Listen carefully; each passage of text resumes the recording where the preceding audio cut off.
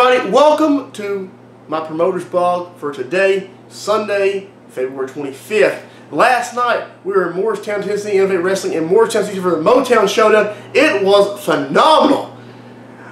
Earlier in the week, the building asked us, what do you think you're going to do? How many people do you think is going to be here? I was like, well, it might be 50, it might be 200. Who knows? Because we've never been to Morristown at the Tally War building before. We've been there before as NWA Smoky Mountain, but that's been 2012. This has been 6 years later here. Totally different promotion. Innovate Wrestling did not know what we were going to do in Morristown, but it ended up being huge. Over 350 people in the building last night. Morristown packed out. Nearly a fire marshal sellout as far as the code for what the fire marshal says can be in there. But if they, whatever they say can be in there, you know, if they ain't there, they don't know.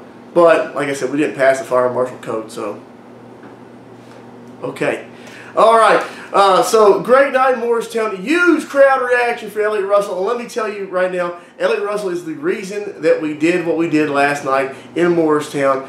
Talk about a guy who went out there and hustled his ass off.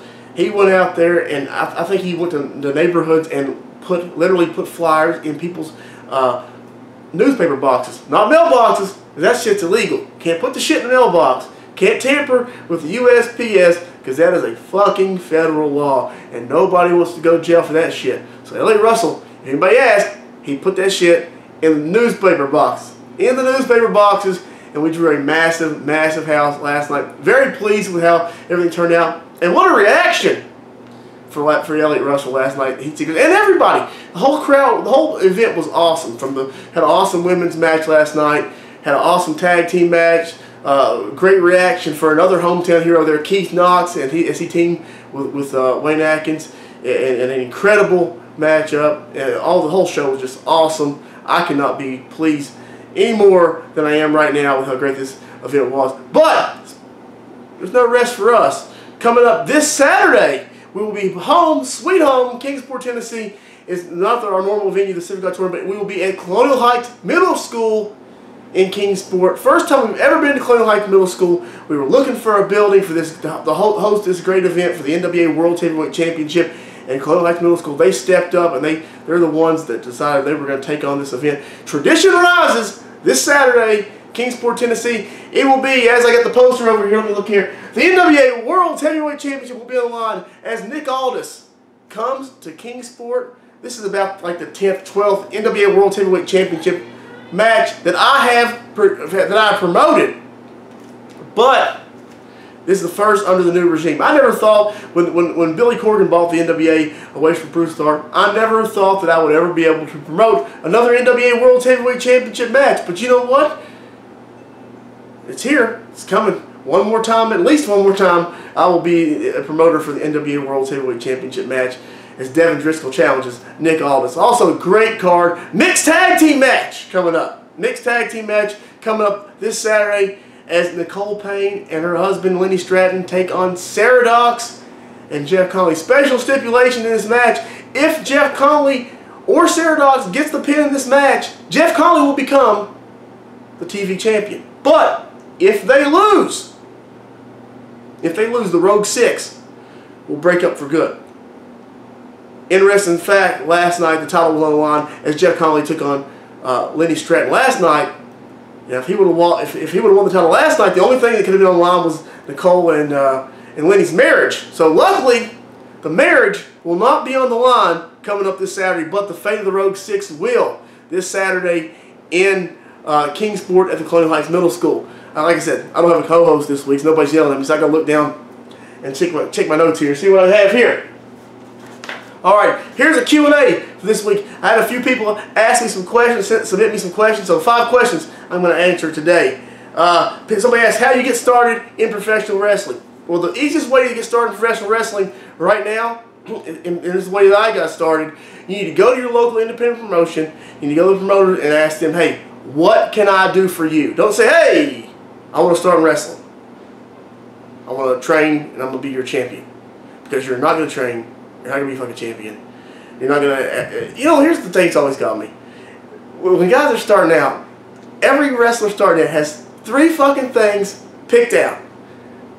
Before they even get to training, they got 3 things picked out already. Those 3 things are, every guy who wants to get into wrestling knows what his fucking finishing move is going to be. I don't care if he's 130 pounds and he thinks in his head that his finishing move is going to be a power bomb. He's got that shit figured out. He has that shit figured out. Everybody who wants to get into wrestling already has their fucking finishing move picked out. They have their gear picked out. It doesn't matter if they're 130 pounds soaking wet and they want to wear trunks. They got that shit picked out in their head and it looks good in their brain. It don't matter. They got that shit. And number 3 is every one of them motherfuckers, they've got their theme music picked out. In their head, they already know what they're coming to the ring at. It don't matter who they are. They think that they're coming to the ring with this music. It don't matter how many times their music says fuck in it. They've got this shit picked out. And they think that they're coming to the ring. And then you have to start them all back from scratch. Okay, so, hey, sorry buddy, you can't be a pirate. You can't be a cop. Whatever stupid gimmick they want to come up with, because that's number 4. They got that shit picked out too, their gimmick. But yeah, everybody wants to do it. So anyways, like I said, you want to get in business, don't go to the promoter and say, hey listen, my name is, I'm going to wrestle as whatever, and I'm going to come out to Fuck the World by Tupac, and I'm going to wear little fucking banana hammock fucking tights, even though I'm 130 pounds, and my finishing move is going to be a triple power bomb off the top rope.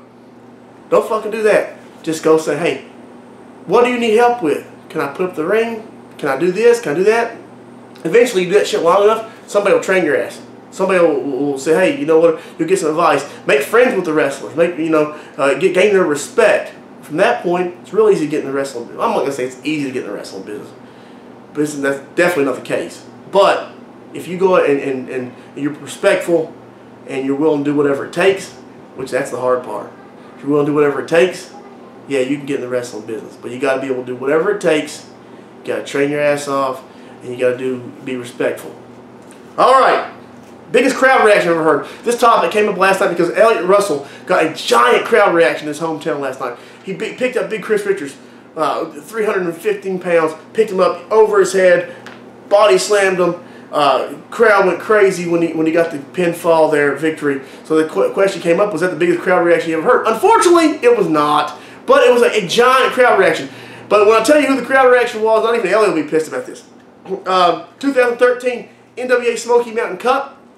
The finals came down to Adam Pearce and Ricky Morton. And the people were chanting rock and roll. Ricky was bleeding. And Ricky Morton rolled him up for the 3 count. And it was the biggest crowd reaction that I've ever, for any match that I've ever booked. Huge crowd reaction. Second biggest also being Ricky Morton winning the NWA World Junior title from Chase Owens just a couple of years later there. I think it was 2015. What a great reaction that was as well. Ricky Morton is a special individual. One of the greatest wrestlers of all time. My personal mentor and a mentor of pretty much everybody in East Tennessee. We all owe him a debt of gratitude for his contributions, for not only the whole business, but for us personally, because there was a long time where he was the guy that gave credibility to our promotion, and now he has done a great job with his training school, training some great up-and-coming talent. If you are a professional wrestler within driving distance of East Tennessee, you need to check out School of Morton. Several of even my current tag team champions, Cross Brothers, came from the School of Morton. Chase Owens, trained by Ricky Morton. He's in New Japan right now, tearing it the fuck up. So if you're looking to be breaking professional wrestling, that's the guy you need to go to, Ricky Morton. Check it out, School of Morton. Interesting question to ask. Somebody asked me, why do wrestlers shave their bodies? Simple answer. Body hair is fucking nasty. That's why. Body hair is fucking nasty. Do you want a guy to get you in a headlock with a fucking chia pet growing under his arm? Hell no you don't. It's fucking nasty. Body hair is fucking nasty. If you take one thing out of today's blog, I don't care if you're a wrestler or not. This is just human being hygienical advice from Tony Gibbons. Body hair is fucking nasty. Somebody asked me what my favorite match to book was other than a traditional match. My favorite match to book other than a traditional match, first of all, my answer is a traditional match, because I just love traditional fucking professional wrestling. But I love ladder matches. I love ladder matches, man. It's exciting. They're so exciting. The way that there's so many different things. But here's the thing about a gimmick match. And I understand this. If you are, this is a great advice for professional wrestlers, young professional wrestlers. If you are in a gimmick match or any kind of match, your job is to make the audience believe that you are trying to win or trying to lose. Right? So if you're in a ladder match and you're a young wrestler, you need to make it look like you're trying to win. So every time that you get the guy down, you're going for the ladder. Every time he's down, he's up, he's going for the ladder. And the match, the whole story is based off of that. Of him climbing, one of you climbing and the other one trying to stop you. That's it. When you're doing all kinds of shit like jumping off the ladder when you could have won, or just doing shit that don't matter, like just a whole bunch of moves just in the ring that doesn't follow up with the guy trying to go for the ladder, you're just wasting your time, and the audience knows, why the fuck isn't he going for the ladder? He's trying to win. At that point, the audience is smarter than you are. They're working you. You're an idiot.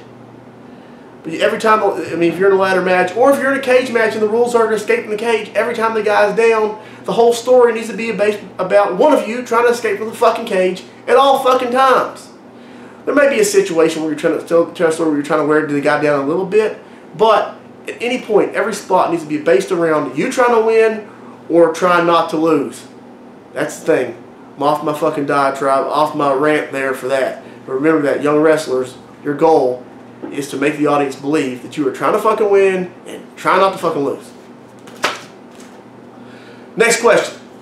Do I feel amateur wrestling is important to get into prior to becoming a pro wrestler, to try to get the feel of definitely, I myself was not an amateur wrestler, but I've known many amateur wrestlers. Like this best example, once again, is Chase Owens.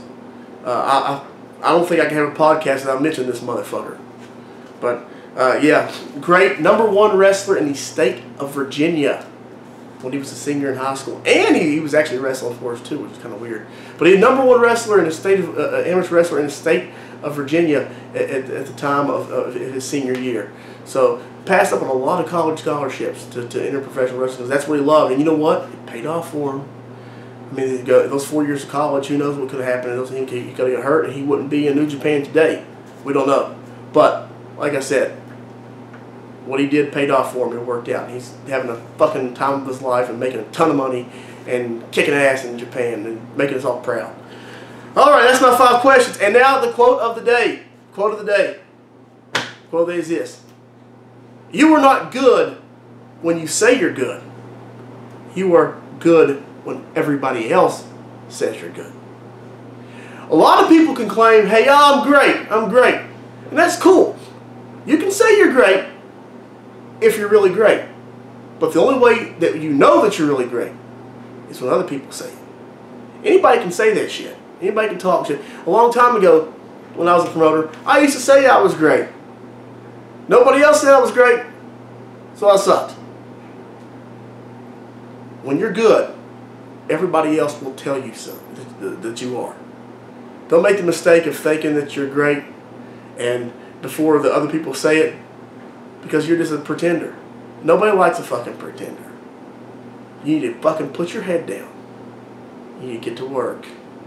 And you need to do whatever it is you do. I don't care if you're the guy who digs a ditch. You need to go out there every single day and you're the best guy digging a ditch that there is that digs ditches. And then when they say, hey, that guy's great at digging a ditch, then you're a bad motherfucker at digging a ditch. But until then, keep on fucking digging, because you ain't there yet. That's all I got for today. Have a great day. And if you're going to be in my business, don't be a pussy.